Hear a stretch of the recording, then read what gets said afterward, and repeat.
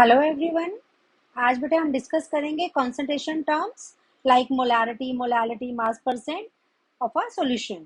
Solution क्या होता है? हमारा होमोजेनियस मिक्सचर होता है ऑफ टू और more than two chemically non reacting components. क्यों chemically non reactive? Because if they react with each other then a new compound is formed. तो इसलिए इंटरमिक्सिंग होनी चाहिए, रिएक्शन ना हो दोनों के बीच में।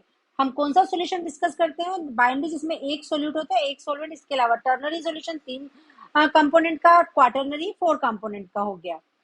डाइल्यूट सॉल्यूशन हमारा क्या होता है? ऐसा सॉल्यूशन जिसमें सॉल्वेंट ज्यादा हो। अगर सॉल्यूट ज्यादा है तो concentrated, water as a solvent है तो एक्वस, अदर देन वाटर आपने लिए तो हम स्पेसिफाई करोगे अल्कोहलिक है, इथेनॉल है, या किसमें आपने डिसोल्व किया है। स्टोक सॉल्यूशन लैब में आपका वो सॉल्यूशन कंसंट्रेटेड सॉल्यूशन होता है जिसकी हेल्प से आप डाइल्यूट सॉल्यूशन फॉर्म करते हो। Symbolic representation of solute and solvent. Solute के केस में हम सब्स्टिट्यूट में 2 या बी लेते हैं और सॉल्वेंट में हम ए या 1 लिखते हैं बेटा। अब जैसे हमारा यहाँ पे है अमाउंट, अमाउंट W2 हो गया अमाउंट ऑफ सोल्यूट, W1 हो गया अमाउंट ऑफ सॉल्वेंट। ऐसे ही मोलिकुलर मास M2 हो गया आपका सोल्यूट के लिए और M1 हो गया सॉल्वेंट के लिए। Number of moles N2 for solute, N1 for solvent. ऐसे ही वॉल्यूम का हो गया mole fraction, density D2 for solute, D1 for the solvent. कौन कौन सी कंसंट्रेशन टर्म्स हम डिस्कस करेंगे यहाँ पे?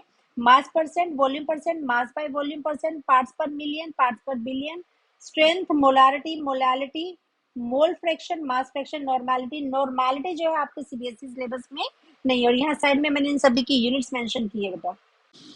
फर्स्ट कंसंट्रेशन टर्म में यहाँ पे डिस्कस कर रही हूँ मास percent.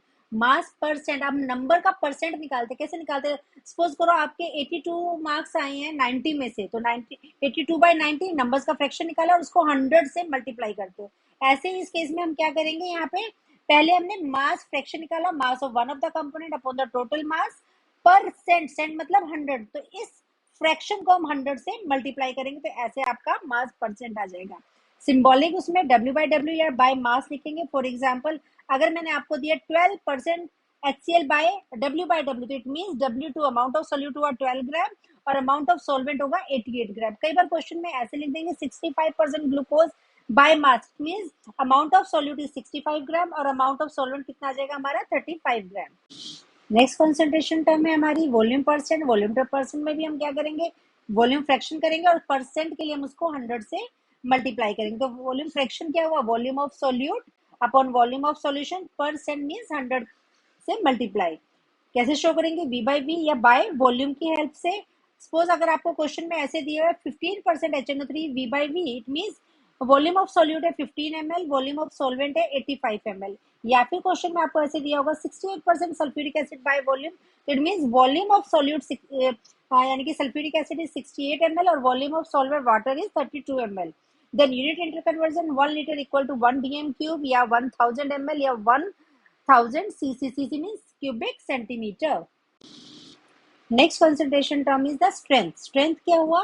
Strength is W by V type of. So strength is the mass of solute in gram upon volume of solution. Unit क्या हुई? ग्राम पर लीटर। मोलारिटी दे रखी हो तो स्ट्रेंथ का और मोलारिटी का क्या रिलेशन है? Strength equal to molarity into molecular mass. The next concentration term is parts per million. Per million means 10 की पावर 6। जो भी आपका फ्रैक्शनल कंपोनेंट है, मास फ्रैक्शन है या वॉल्यूम फ्रैक्शन है, उसको 10 की 6 से मल्टीप्लाई करोगे। अगर क्वेश्चन में आ जाए पार्ट्स पर बिलियन कैलकुलेट करना है तो आपका मल्टीपल फैक्टर क्या हो जाएगा? 10 की 9। तो इन शॉर्ट आप कह सकते हैं परसेंट के लिए 10 की 2 से मल्टीप्लाई करोगे, फ्रैक्शन को पर मिलियन के लिए 10 की 6 से करोगे और पर बिलियन के लिए 10 की 9 से आप मल्टीप्लाई करेंगे। नेक्स्ट कंसंट्रेशन टर्म है मोलारिटी। मोलारिटी क्या होता है? Number of moles of solute dissolve पर लीटर ऑफ सॉल्यूशन। सॉल्यूशन में डिसोल्व हो रहा है तो resulting solution is a molar solution. तो मोलारिटी क्या हुआ? Number of moles of solute that is N2 by volume of solution bye V। So unit हो गई मोल पर लीटर। N2 क्या होता है? W2 by M2। So molarity that one is equal to W2 by M2 into 1000। 1000 क्यों लिया मैंने? अगर आपका वॉल्यूम ml में गिवन हो तो 1 लीटर इक्वल टू 1000, तो यहाँ आप कन्वर्जन फैक्टर लगाएंगे। देन वॉल्यूम जो है डायरेक्टली प्रोपोर्शनल होता है टेम्परेचर के। इट मींस अगर टेम्परेचर बढ़ेगा वॉल्यूम बढ़ेगा, मोलारिटी कम होगी, तो it means molarity is a temperature dependent term. So अगर आप वेरिएबल टेम्परेचर पे ले रहे हो तो मोलारिटी हम प्रेफर नहीं करते, but at a room temperature अगर आप ले रहे हो तो हम मोलर सोल्यूशन प्रेफर करते हैं। कई बार क्वेश्चन में आपको ऐसे दिया सपोज 0.1 m, तो इट मींस N2 हो गया 0.1 and volume is 1000 litre ml, sorry. अगर क्वेश्चन में आपको दिया है m/50 या कुछ भी वैल्यू दे रखी है तो it means N2 number of moles of solute हुआ 1/50, वॉल्यूम इज 1 लीटर। कई बार आपको क्वेश्चंस में दे रखा होगा डेसीमोलर, डेसीमोलर मींस m/10, पेंटीमोलर, पेंटीमोलर कितना होगा m/5, सेमीमोलर m/2, सेंटीमोलर m/100।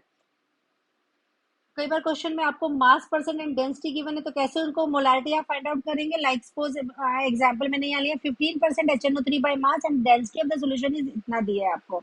तो 15% बाय मास मींस W2 आपका 15 है और अमाउंट ऑफ सॉल्यूशन है 100। सॉल्यूशन की डेंसिटी गिवन है, यहाँ से वॉल्यूम कैलकुलेट कर लो तो ये आपकी फिर वॉल्यूम आपका ml में आ जाएगा।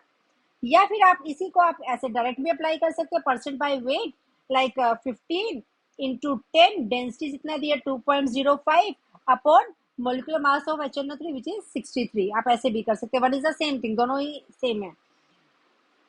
फॉर एग्जाम्पल जैसे मैंने यहाँ क्वेश्चन लिया, concentrated nitric acid is that one is 68% nitric by mass और उसकी डेंसिटी इतना दे रखा है, आपको मोलारिटी निकालनी है तो आप ये अप्रोच यहाँ पे यूज करेंगे। नाउ मोलारिटी इक्वेशन डाइल्यूशन करना है, M1V1 इक्वल टू M2V2। अगर आपको कोई इक्वेशन केमिकल रिएक्शन है तो वहां पे नंबर ऑफ मोल्स भी हम उसके लेंगे, तो M1V1 upon N1, M2V2 upon N2 number of moles of reactants. अगर न्यूट्रलाइजेशन रिएक्शन टाइप है तो वही सेम मोलारिटी इक्वेशन आपकी सेम ही है।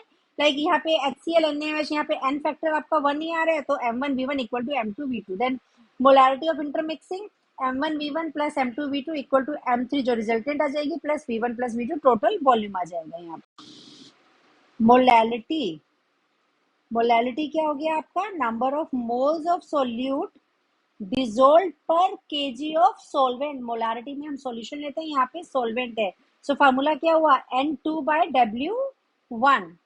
अगर आपका ये पार्ट सोल्यूट का अमाउंट जो है ग्राम में गिवन है तो N2/W1 इंटू 1000 आ जाएगा। यूनिट क्या हुई, मोल पर KG. Resulting solution is molar solution. For example question में अगर आपको दिया 2 स्मॉल m तो N2 is 2 mole, W1 is 1 kg है।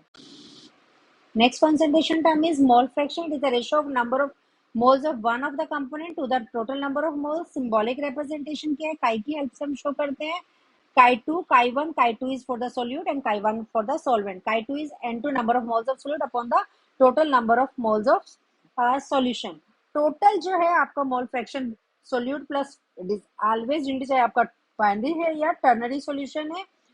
As it is the number of ratio of number of moles, it has no unit and it is a temperature independent term because mass do not changes with temperature. तो आपका molality and mole fraction are temperature independent but molarity is temperature dependent term.